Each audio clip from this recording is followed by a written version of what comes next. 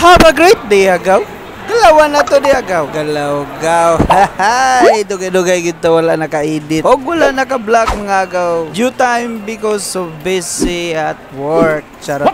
On. Isang authentic brand ng sapatos from Switzerland ang naisipang inegosyo ng aking big boss kasama ng kanyang mga barkada dito sa mall agaw. At marami ito iba't ibang klase na design agaw. Pwede pang casual, trail run, sports, marami pang pwede mong paggamitan. At sa susunod na video ay nakita mo ay may ini-welding kami agaw. Ito ay isang frame ng hanging cabinet na lalagyan ng mga shoe stocks mga agaw. Pinapabricate ko mismo dito sa fabrication. Naong sa nagunaw na sa unsay sunod buhaton be. Uy. Ang sunod na ginawa ko agaw ay nagmanual drawing ako ng structural steel na gagamitin namin sa renovation agaw at ipapa-approve ko ito sa aming structural engineer. At ito yung kabuhan ng structural frame na gagamitin namin agaw na itrinidi ko sa isang software. Pakinamod again at nagpre-prepare ako dito ng isang working permit agaw. At ito na yun, natapos ng i-primer ang mga frame ng cabinet. Nilihaan para sa aming second coat nito agaw. Pati na rin ang mga shoe display. Ayan, so coated yan agaw. Hindi pa yan flat. At ito na nga ay gabi na. So nagde-deliver kami ngayon ng mga materyales dito mismo sa area agaw, sa loob ng mall. Pila-pila niyo. At gabi lang ito pwedeng i-deliver sapagkat turbo ito sa mga customer ng mall agaw. At ayan sa nakikita mo ay may nag-scaffolding dito sa harap ng project namin. Yan, mga contractor yan sila ng mall agaw. Naong sa kikapoy, ayay, puya ba? Oy. No. So hindi pa ako sanay nito agaw, kaya medyo inaantok pa na yung gabi namin ay gawin naming araw para makapagtrabaho. Ayan, ini-enjoy ko na lang. Ay, kuya. So pauwi na kami nito. Bangga. Okay.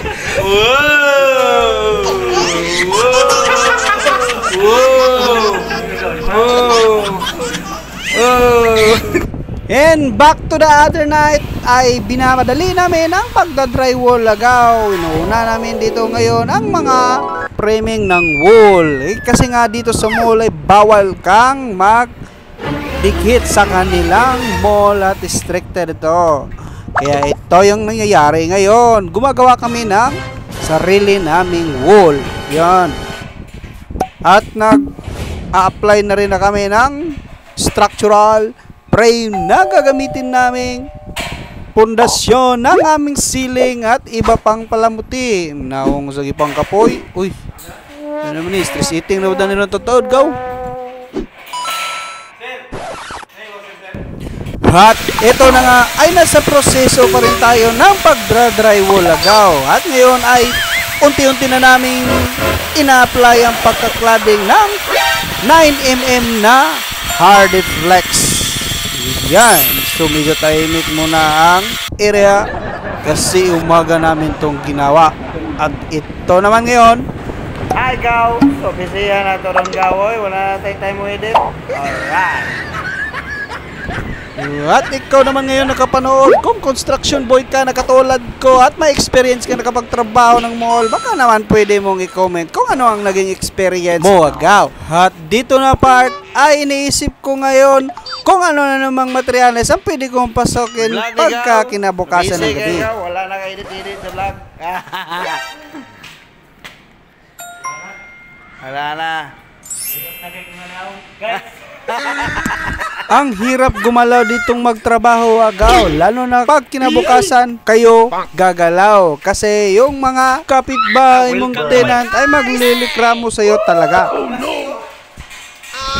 As you can see agaw, dito ay naglalagay na kami ng full traded rod na nakakapit sa bottom ng slab, panghawak ng aming mga ceiling at buong electrical pipes na installation.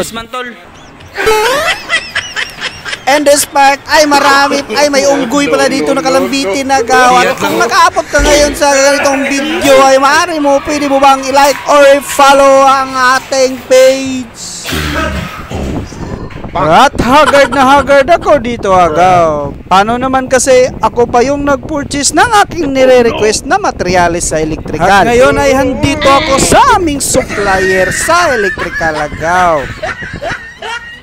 At in this part agaw ay nag-aabang ngayon ang aming electrician para makasingit sa kanilang galawan sa paglalatag ng mga electrical materials. At sa nakikita mo ay natapos na ang aming ceiling frame at dito na rin ang ducting installation. Ayan, tingin-tingin lang ako dito na part. Denied. At matapos nitong electrical wiring agaw ay nakaantapay lang kami para sa pagkaklading ng kisame gamit ang gypsum board. This is agaw Dropsman Foreman at dito lang muna sa unang kabanata agaw hanggang sa susunod. Salamat!